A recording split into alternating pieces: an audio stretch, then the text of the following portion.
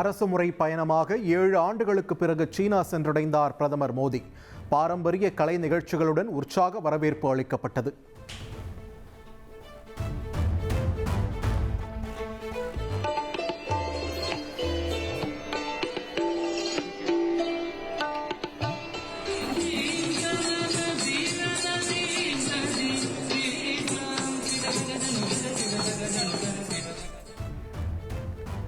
சீனர்கள் அரங்கேற்றிய இந்திய பாரம்பரிய கலை நிகழ்ச்சிகளை கண்டு ரசித்தார்.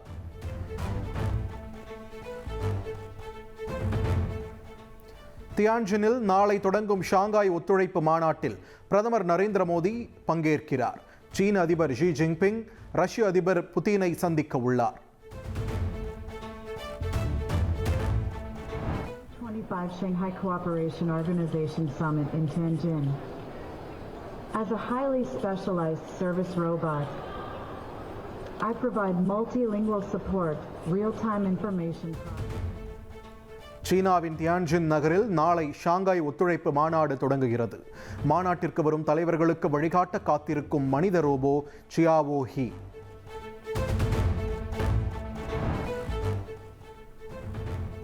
ஜப்பான் பிரதமர் இஷிபாவுடன் டோக்கியோ எலக்ட்ரான் தொழிற்சாலையை பிரதமர் நரேந்திர மோடி நேரில் பார்வையிட்டார். செமிகண்டக்டர் தயாரிப்பு இந்தியா ஜப்பான் ஒத்துழைப்புக்கு மிக முக்கிய பகுதி என்றும் குறிப்பிட்டு பதிவிட்டார். அமெரிக்க அதிபர் டொனால்ட் ட்ரம்புக்கு நோபல் பரிசு வழங்க பிரதமர் மோடி பரிந்துரைக்க மறுத்ததே விரிசலுக்கு காரணமா? நியூயார்க் டைம்ஸ் இதழில் பரபரப்பு செய்தி வெளியானது. இந்தியா பாகிஸ்தான் இடையிலான போர் நிறுத்தத்தில் அமெரிக்காவிற்கு எந்த பங்கும் இல்லை, ட்ரம்பிடம் பிரதமர் மோடி நேரடியாக தெரிவித்தார் எனவும் நியூயார்க் டைம்ஸ் செய்தி வெளியிட்டுள்ளது.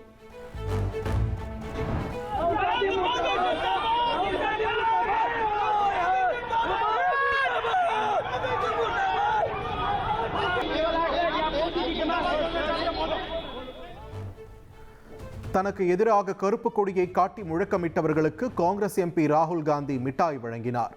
பீகாரில் வாக்காளர் உரிமை யாத்திரையில் ஈடுபட்டிருந்த போது சம்பவம் அரங்கேறியது.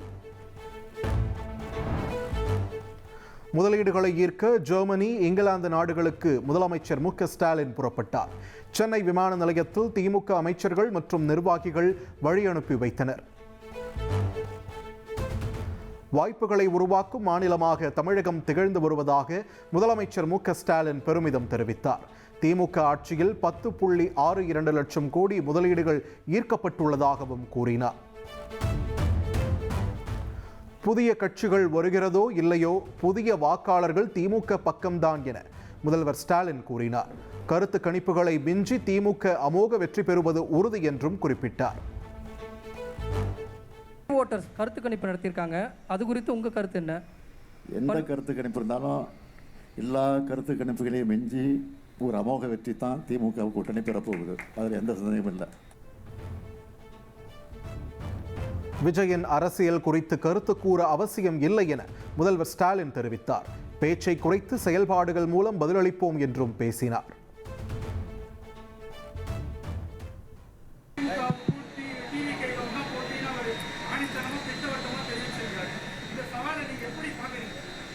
நான் அதிகம் பேச மாட்டேன், இதுக்கெல்லாம் பேச வேண்டிய அவசியம் இல்லை. பேச்சை குறித்து செயலில் நம்முடைய திறமையை காட்டணும், அவ்வளோதான் என்னுடைய கருத்து.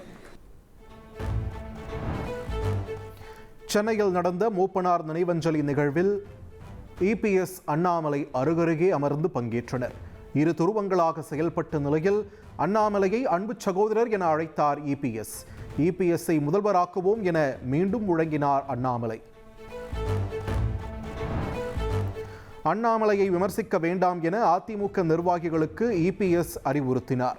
கூட்டணிக்குள் சலசலப்பை ஏற்படுத்தும் தேவையற்ற விவாதங்களை தவிர்க்க வேண்டும் என்றும் உத்தரவிட்டுள்ளார்.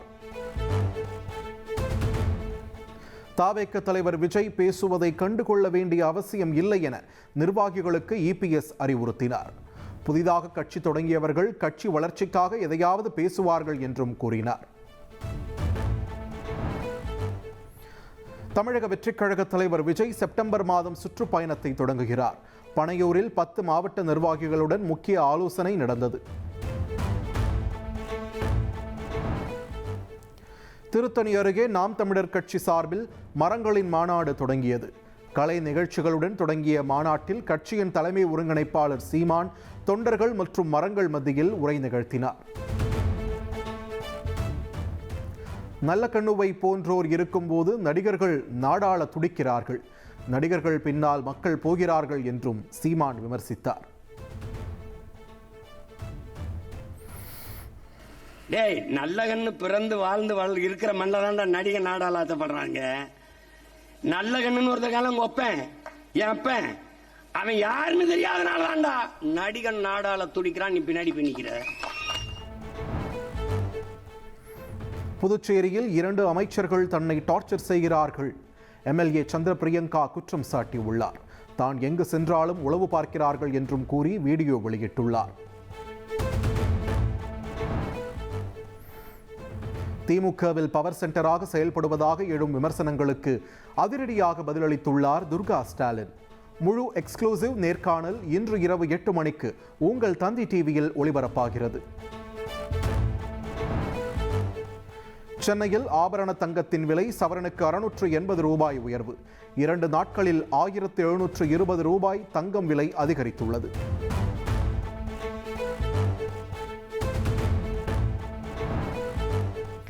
சென்னையில் இருந்து வெளிநாடுகளுக்கு போலி நகைகளை ஏற்றுமதி செய்து பல ஆயிரம் கோடி ரூபாய் மோசடி என புகார். சென்னை விமான நிலையம் பூக்கடை பகுதியில் CBI அதிகாரிகள் சோதனை நடத்தினர். ஓய்வு பெறும் நாளில் அரசு ஊழியர்களை சஸ்பெண்ட் செய்யக்கூடாது என அறிவிக்கப்பட்டுள்ளது. முதல்வரின் அறிவிப்பை செயல்படுத்தும் வகையில் அரசாணை வெளியிடப்பட்டுள்ளது. ஆன்லைன் முதலீடு தொடர்பான URL லிங்குகளில் இருந்து பொதுமக்கள் எச்சரிக்கையாக இருக்க வேண்டும். சென்னை காவல்துறை அறிவுறுத்தியுள்ளது. வாகனங்களுக்கான ஃபேன்சி எண்களுக்கான வகையில் வரைவு திருத்த விதிகளை தமிழக அரசு வெளியிட்டது. வரும் நாட்களில் ஏல முறையில் ஃபேன்சி எண்கள் ஒதுக்கீடு செய்யப்பட உள்ளது. தமிழகத்தில் செப்டம்பர் 5 வரை ஓரிரு இடங்களில் லேசானது முதல் மிதமான மழைக்கு வாய்ப்புள்ளது. சென்னை வானிலை ஆய்வு மையம் கணித்துள்ளது.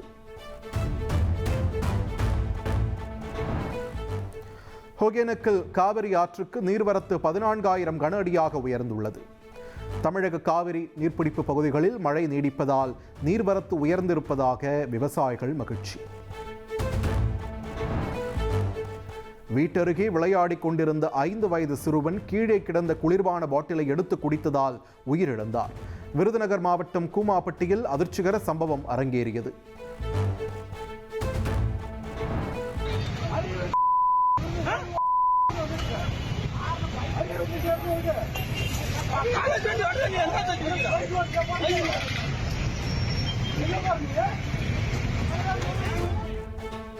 சேலத்தில் தனியார் கல்லூரி பேருந்தை ஓட்டுநர் மது போதையில் இயக்கி விபத்தை ஏற்படுத்தினார். படுகாயமடைந்து பேருந்துக்குள் சிக்கித் தவித்த மாணவிகளை பொதுமக்கள் மீட்டனர்.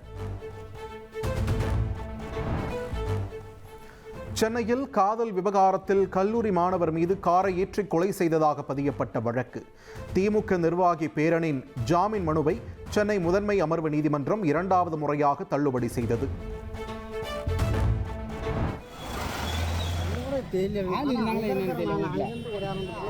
செலவு பண்ணி மாத்துண்டா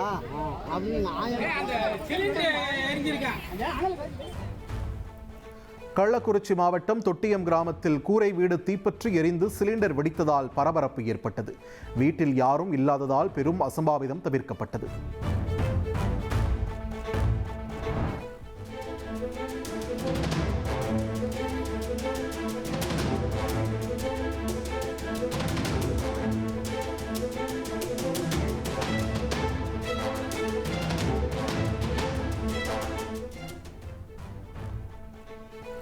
விருதுநகர் மாவட்டம் சாத்தூர் அருகே மின்சாரம் தாக்கி கிளாம்ப் தயாரிக்கும் பணியில் ஈடுபட்டிருந்த தொழிலாளி உயிரிழந்தார்.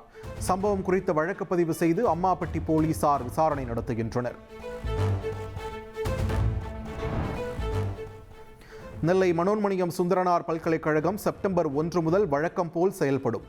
மாணவர்கள் மோதலால் விடுமுறை அளிக்கப்பட்டிருந்த நிலையில் துணைவேந்தர் அறிவித்துள்ளார்.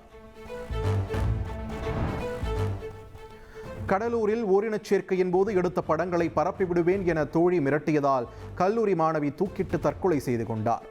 கடிதம் எழுதி வைத்துவிட்டு உயிரை மாய்த்து கொண்ட நிலையில் மிரட்டல் விடுத்த மாணவியை போலீசார் கைது செய்தனர். சிவகங்கை மாவட்டம் திருப்புவனத்தில் உங்களுடன் ஸ்டாலின் முகாமில் பெறப்பட்ட மனுக்கள் வைகை ஆற்றில் வீசப்பட்டன. வழக்கு பதிவு செய்து மனுக்களை வீசிச் சென்றவர்கள் குறித்து போலீசார் விசாரணை.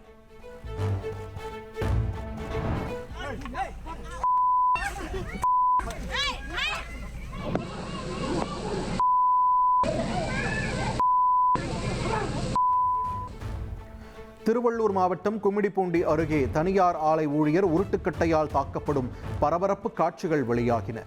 கடனை திருப்பி தராததால் கூலிப்படை வைத்து ஊழியர் மீது தாக்குதல் நடத்திய நபரை தேடும் காவல்துறை. சென்னை குரோம்பேட்டையில் சாலையில் கவிழ்ந்த கண்டெய்னர் லாரி மீட்கப்பட்டது. தாம்பரம் சாலையில் பல மணி நேரமாக நீடிக்கும் போக்குவரத்து நெரிசலால் ஓட்டுநர்கள் அவதி. ராஜஸ்தான் அரசிடம் ஓய்வூதியத்திற்காக குடியரசு முன்னாள் துணைத் தலைவர் ஜெகதீப் தன்கர் விண்ணப்பித்தார். 1993 கிஷன்கர் தொகுதியில் சட்டப்பேரவை உறுப்பினராக தேர்வு செய்யப்பட்டிருந்தார். குஜராத் மாநிலத்தின் பல்வேறு இடங்களில் வெளுத்து வாங்கிய கனமழை. உமரேத் பகுதியில் முழங்கால் அளவுக்கு மழைநீர் தேங்கியதால் மக்களின் இயல்பு வாழ்க்கை பாதிப்பு. டெல்லி தேசிய விலங்கியல் பூங்காவில் உயிரிழந்த 2 நாரைகளுக்கு பறவை காய்ச்சல் உறுதியானது. தேசிய உயிரியல் பூங்கா இன்று முதல் தற்காலிகமாக மூடல் என அறிவிக்கப்பட்டுள்ளது. 2030 காமன்வெல்த் விளையாட்டுப் போட்டிகளை இந்தியாவில் நடத்த விருப்பம் தெரிவித்து இந்திய ஒலிம்பிக் சங்கம் விண்ணப்பித்துள்ளது. உரிமை கோரலுக்கான முன்மொழிவுக்கு மத்திய அமைச்சரவை ஒப்புதல் அளித்த நிலையில் அடுத்த கட்ட நடவடிக்கை எடுக்கப்பட்டுள்ளது. ராஜஸ்தான் அணியின் பயிற்சியாளர் பதவியில் இருந்து ராகுல் டிராவிட் விலகினார். முக்கிய பதவி வழங்க முன்வந்தும் ஏற்க மறுத்துவிட்டார் என அணி நிர்வாகம் அறிவித்துள்ளது.